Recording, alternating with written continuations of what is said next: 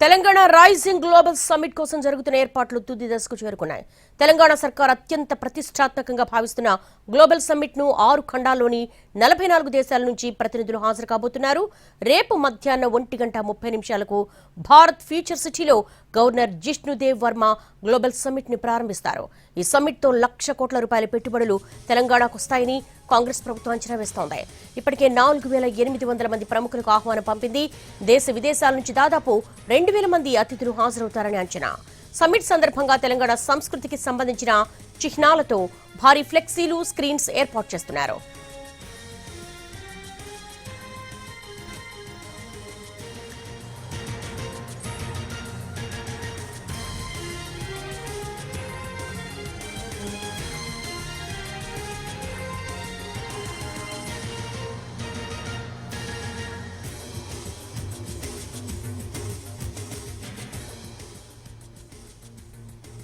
Telangana rising global summit కోసం జరుగుతున్న ఏర్పాట్లు తుది దశకు చేరుకున్నాయి.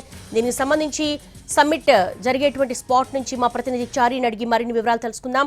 చారీ, తుది దశకు చేరుకున్న ఏర్పాట్లన్నీ కూడా ఎటువంటి స్పెషాలిటీస్ ఉన్నాయి అక్కడ?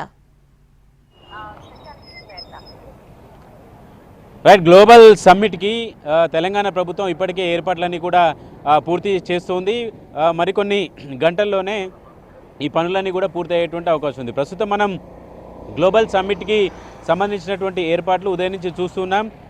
రాష్ట్ర ప్రభుత్వం ఎంతో ప్రతిష్టాత్మకంగా ఈ సమ్మిట్ని నిర్వహిస్తుంది. రాష్ట్రంలో ఉన్నటువంటి వనరులు, వాటికి సంబంధించినటువంటి పెట్టుబడులు ఆహ్వానించేటువంటి అంశంతో పాటుగా 2047ని తను టార్గెట్గా పెట్టుకుంటూ ఆ 2047 వరకు తెలంగాణ దేశ ఆర్థిక వ్యవస్థలో 10% సాధించాలనేటువంటి వృద్ధి సాధించాలనేటువంటి లక్ష్యంగా ఈ సమ్మిట్ని నిర్వహిస్తుంది. అయితే ప్రస్తుతం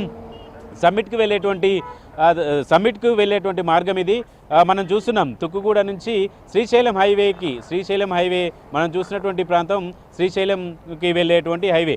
శ్రీశైలం హైవే నుంచి లోపలికి 8 కిలోమీటర్లు వెళ్లాల్సి ఉంటుంది.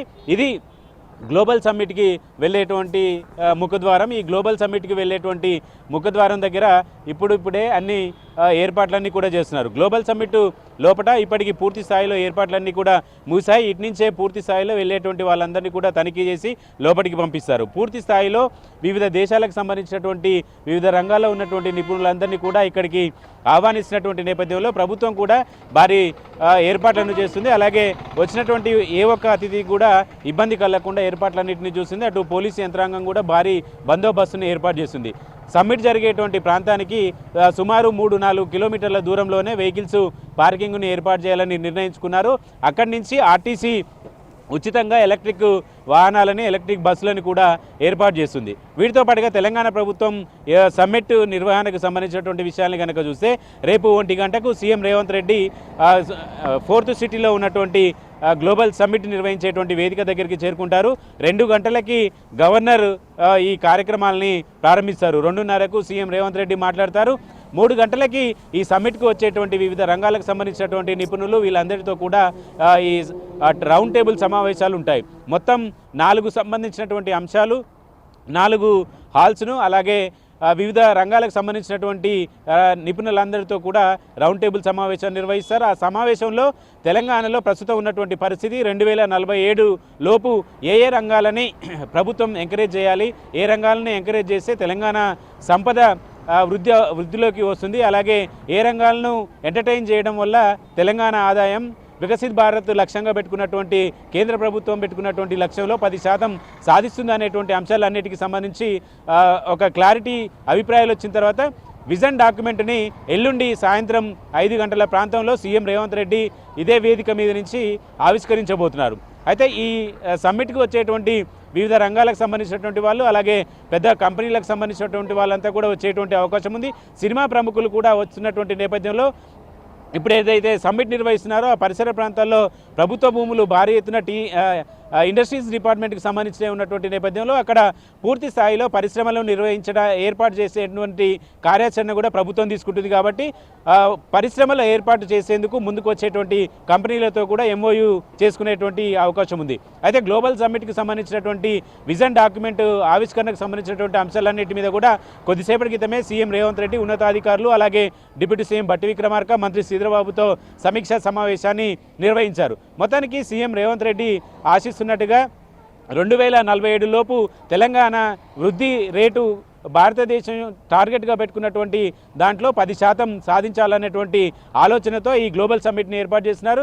పరిశ్రమల ఏర్పాటుతో పాటుగా మూసీస్ ప్రక్షాళన, అలాగే మెట్రో రైలు విస్తరణ, ఇలాంటి అంశాలన్నిటి మీద కూడా ఈ సమ్మిట్లో వచ్చేటువంటి నిపుణులంతా కూడా హాల్లో వారీగా ఏర్పాటు చేసినటువంటి సమావేశాలలో అభిప్రాయాలని కూడా ఇస్తారు. కాబట్టి ఈ అభిప్రాయాలన్నింటినీ కూడా రేపు సాయంత్రం వరకు క్రోడీకరించి ఎల్లుండి కూడా ఈ రౌండ్ టేబుల్ వారీగా సమావేశాలు ఉంటాయి. ఆ సమావేశాల నుంచి వచ్చినటువంటి అభిప్రాయాలన్నింటినీ కూడా తీసుకొని నీతి ఆయోగ్ వీటన్నిటిని కూడా సమన్వయం చేసి 2047 వరకు తెలంగాణ విజన్ ఎలా ఉండాలి, తెలంగాణ విజన్ డాక్యుమెంట్ ఏంటి అనేటువంటి అంశాలకు సంబంధించి క్లారిటీ ఇవ్వబోతుంది. వీటిని సీఎం రేవంత్ రెడ్డి ఆవిష్కరిస్తారు ఎల్లుండి. ఆ తర్వాత కల్చరల్ ఈవెంట్స్ ఉంటాయి. ఆ తర్వాత ఈ సమ్మిట్ని కూడా ఆవిష్కరించిన విజన్ డాక్యుమెంట్ ఆవిష్కరించిన తర్వాత ముగింపు ఉంటుంది. రేపైతే 2 గంటలకి ఈ కార్యక్రమం అధికారికంగా ప్రారంభమవుతుంది. సాయంత్రం కల్చరల్ ఈవెంట్స్ను కూడా ఏర్పాటు చేశారు. 90 నిమిషాల పాటు కీరవాణితో కచేరీ కూడా ఏర్పాటు చేసింది ప్రభుత్వం. చారి, అన్ని రాజకీయ పార్టీలతో పాటు దాదాపు 6 ఖండాలకు సంబంధించిన 44 దేశాల ప్రతినిధులను కూడా ఆహ్వానిస్తున్నారు. సో పక్క ఇండిగో సంక్షోభం నడుస్తోంది.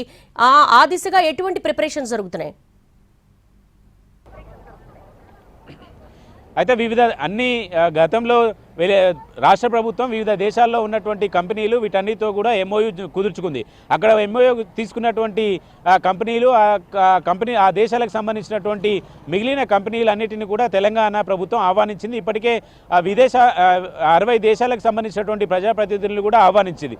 మనకున్నటువంటి సమాచారం ప్రకారం మొత్తం విదేశాలకు సంబంధించినటువంటి వాళ్ళు 85 మంది ప్రతినిధులు హాజరవ్వడానికి ఇప్పటికీ సమాచారం ఇచ్చినట్టు తెలిసింది. దీనికి సంబంధించి పూర్తి సమాచారం రాత్రి వరకు వచ్చేటువంటి